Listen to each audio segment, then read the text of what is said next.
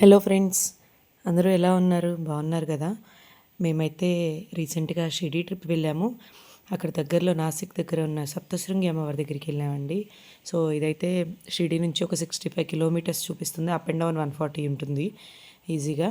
మేము వెళ్ళే దారిలో మొత్తం గ్రేప్ తోటలు, గోదావరి రివరు అవన్నీ చూసాము. చాలా బాగుంది.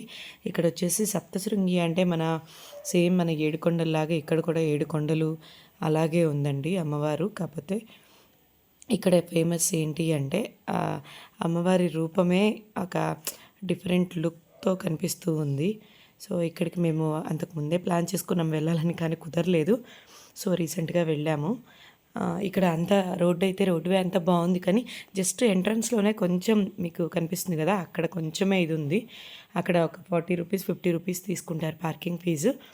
రిమైనింగ్ అంతా ఘాట్ రోడ్లా ఉంటుందండి, మన తిరుపతిలో ఉన్నట్టేను. ఆ ఘాట్ రోడ్ క్రాస్ అయ్యి వెళ్ళిపోతే చాలు. అంత రోడ్ అయితే బాగుంది, మధ్యలో కొంచెం రెనోవేట్ చేస్తున్నారు. రిమైనింగ్ అంతా బాగుంది.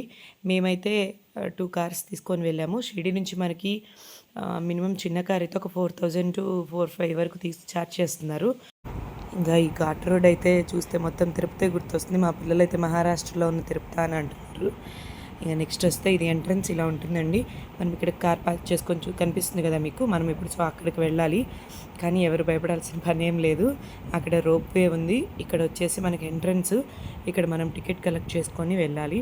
టికెట్ వచ్చేసి పెద్దవాళ్ళకైతే 120 అండి. 3 to 12 years వాళ్ళకి హాఫ్ టికెట్ ఉంటుంది, అండ్ 75 years ఎబో వాళ్ళకి హాఫ్ టికెట్ ఉంటుంది. సో అది టికెట్ అయితే మనం కలెక్ట్ చేసేసుకొని లోపలికి వెళ్ళిపోవచ్చు.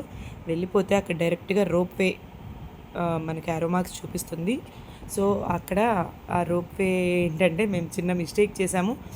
ఆ ప్లాట్ఫామ్ వైజ్గా ఉంటుందండి. ఒక్క ప్లాట్ఫామ్కి 10 members ఎలా ఉంటుంది. సో ఆ ప్లాట్ఫామ్లో ఫస్ట్ పెద్దవాళ్ళని పేరెంట్స్ని కూర్చోబెడితే అక్కడ ఈజీగా ఉంటుంది కదా, స్టెప్స్ ఎక్కన అవసరం లేదని ఎక్స్పెక్ట్ చేసాము. కానీ తర్వాత మాకు అర్థమైంది ఏంటంటే ఇక్కడ కింద ఎక్కడం వల్ల అక్కడ పైన ఎక్కిన తర్వాత కింద వస్తుంది కదా ప్లాట్ఫామ్, సో అక్కడ పైన ఎక్కాల్సి వచ్చింది. కొంచెం ఇబ్బంది అయింది పెద్దవాళ్ళకి, కానీ పర్లేదు, అంత ఇబ్బంది పడాల్సిన పని ఏం లేదు. నడవలేని వాళ్ళకైతే కొంచెం ఒక 30 to 40 steps మినిమం అయితే అమ్మవారి దగ్గరికి వెళ్ళడానికి ఎక్కాలి. అదండి ఇన్ఫర్మేషన్. అయితే అమ్మవారిని అయితే చూసినందుకు చాలా చాలా హ్యాపీ. ఎంత కష్టపడినా సరే అమ్మవారిని చూసినాక అదంతా మర్చిపోతాము. సో మీకు చూపిద్దామని నేను అమ్మవారిని కూడా తీశాను. అండ్ రిటర్న్ కూడా అంతేనండి. మళ్ళీ యాజ్ యూజువల్ మనం పైన ఎక్కాము అంటే రోప్వే, మళ్ళీ కింద స్టెప్స్ దిగాల్సి ఉంటుంది. సో అది రిమైండ్ చేసుకొని మీరు దిగేటప్పుడే దిగటమా, లాస్ట్ కంపార్ట్మెంట్లో ఎక్కడమా ఏంటనేది డిసైడ్ చేసుకొని రావచ్చు. అలా వస్తే మీకు ఈజీగా ఉంటుంది. మాలాగా అలా ఆలోచించారంటే బై మిస్టేక్ అయిపోద్ది అంతా. సో ఇక్కడైతే మనం ఇక్కడ మీకు కనిపిస్తుంది, మార్చ్లా కనిపిస్తుంది కదా, అక్కడ మనం టికెట్ కౌంటర్ అండి, మనం టికెట్ తీసుకునే కౌంటరు. సో ఇది రోప్వే కిందకు వచ్చేసినాక మనం యాజ్ యూజువల్గా నార్మల్గానే అవుట్ వెళ్ళొచ్చు. కానీ టికెట్ మాత్రం రిటర్న్లో కూడా కంపల్సరీ అడుగుతారండి. ఆ టికెట్ జాగ్రత్తగా పెట్టుకోవాలి. అంతే ఇన్ఫర్మేషన్. మీకు కావాలంటే ఇంకేదన్నా నాకు కామెంట్ చేయండి. థ్యాంక్ యూ సో మచ్ అండి. అమ్మవారిది అయితే చాలా బాగుంది. మీకు కూడా చూపించినందుకు నాకు కూడా చాలా సంతోషంగా ఉంది. Thank you so much.